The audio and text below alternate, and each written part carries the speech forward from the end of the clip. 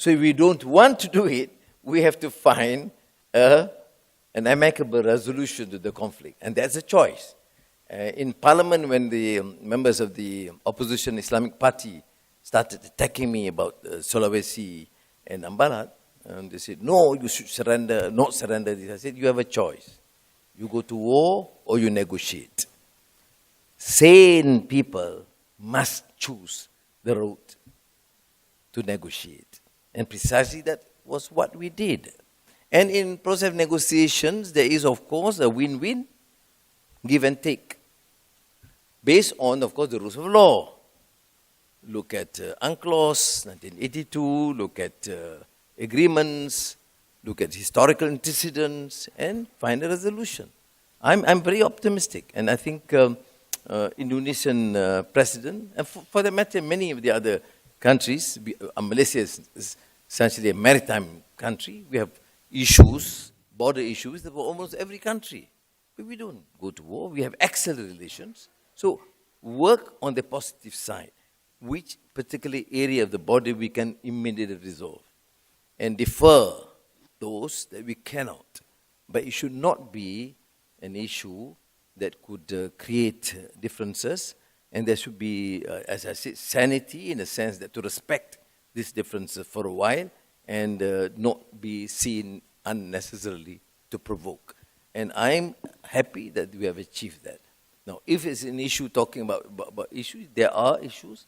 The team working on it, and I am very optimistic that it can be resolved, even if we can't, as we have not resolved in the last 60 years, and it has not adversely affected our relations. We are in the best of terms, there's a level of trust, and all other issues that can be resolved, we should resolve. So I think that should be the position taken, and I'm very fortunate. There's a position taken by all our countries, our neighbors within ASEAN. Hopefully, this is also the spirit in the international community. Terima kasih.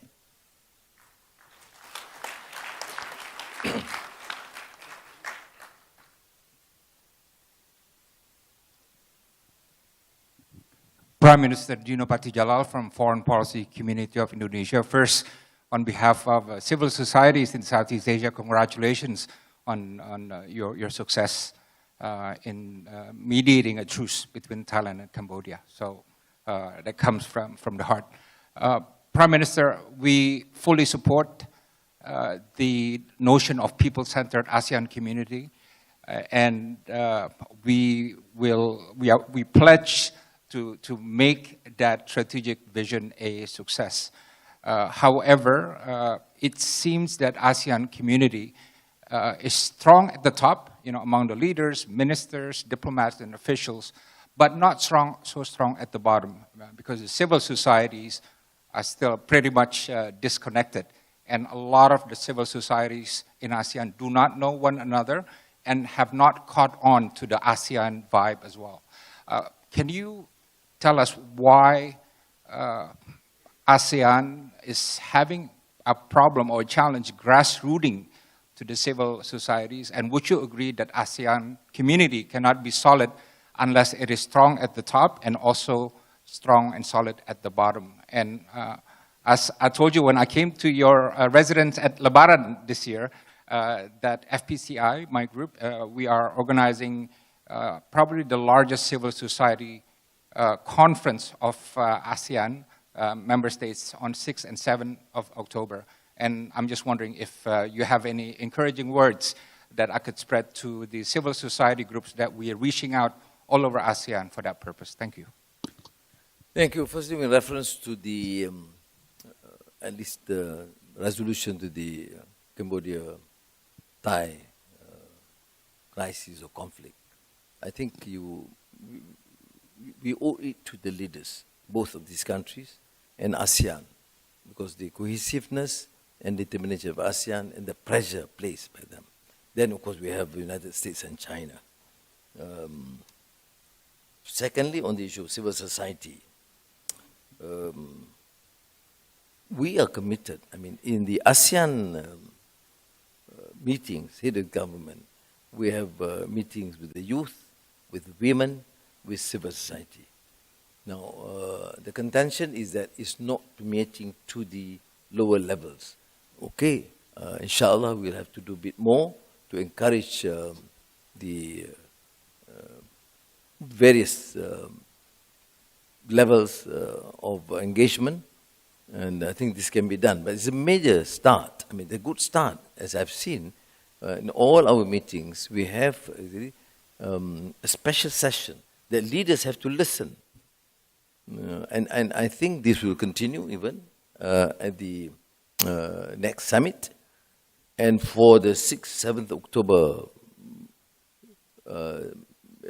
conference of civil society leaders or representatives, I'm sure that we will do whatever we can to support this sort of engagement. If there's any faults or failures, you blame the Secretary General, as I've said before. But I'm sure he will, of course, try to coordinate that, to instill that sort of commitment and support by governments particularly. So, because of course not all governments within ASEAN has that level of commitment to support democratic practice and what we call the role of the civil society. But I think this can be encouraged, but at least as a policy, all have endorsed. Okay? And to me, it's very critical to succeed, to ensure success of a democratic system. Not only political parties, I mentioned but habits of the heart of Tocqueville, he also mentioned intermediate associations, which is now being the role played by the civil society. And I truly believe that the role of civil society for specific interests to cater for the needs of various sectors of the people must be more effective, because that renders participatory democracy in the sense that we actually listen to all. Thank you.